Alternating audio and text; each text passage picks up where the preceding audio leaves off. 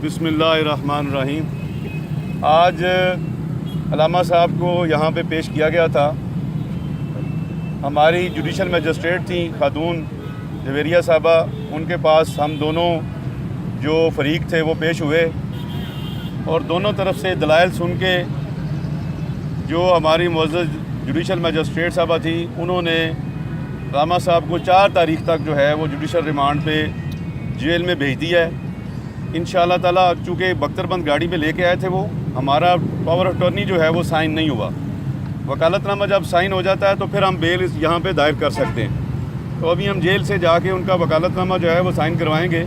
बाकी जहाँ जो बात उन्होंने की है, जो दूसरे फ़िरके ने की है, वो हमें करने की ज़रूरत नहीं है।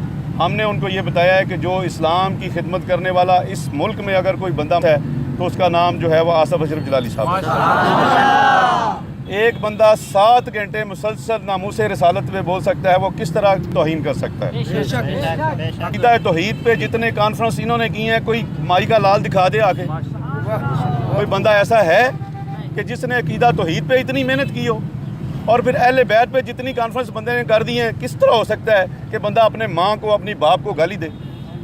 ये सारे मफरूज़े हैं। मफरूज़ों पे उन्होंने जो FIR बनाई है, हमने यही अदालत को बताया है कि ये सारे मफरूज़े हैं, जिस पे अदालत ने हमारा जो हम मौक़िफ़ मानते हुए उनको जुडिशल, उनका मौक़िफ़ ये था कि ये 295C जो है वो लगनी चाहिए, वो तौहीन रसालत है। जनाब हाफ़िज़ शबीर भट्टी साहब ने बड़ी खूबसूरत बहस की। इन्होंने कहा कि हम किस तरह सोच सकते हैं कि अहले बैत की तौहीन करें, जो अहले बैत की कॉन्फ्रेंस हम करें, हम उनके ख़िलाफ़ हम बोलें, ये किस तरह हो सकता है?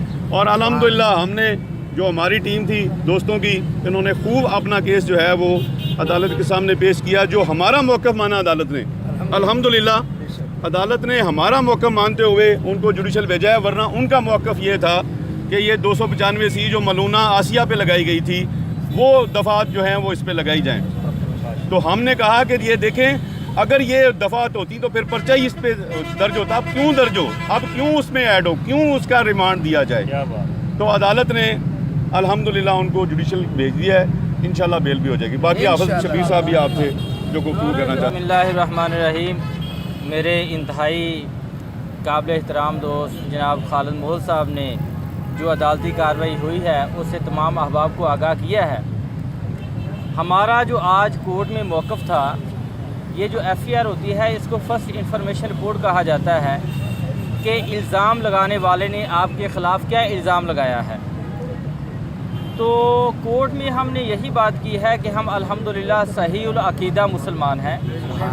हम अहले बैत, सहाबा, नमूसे रिसालत और अल्लाह रब्बुल इज़्ज़त की वहदानियत पर कामिल यकीन रखने वाले लोग हैं। हम तौहीन किसी की करना तो दूर की बात है, हम तौहीन का सोच भी नहीं सकते।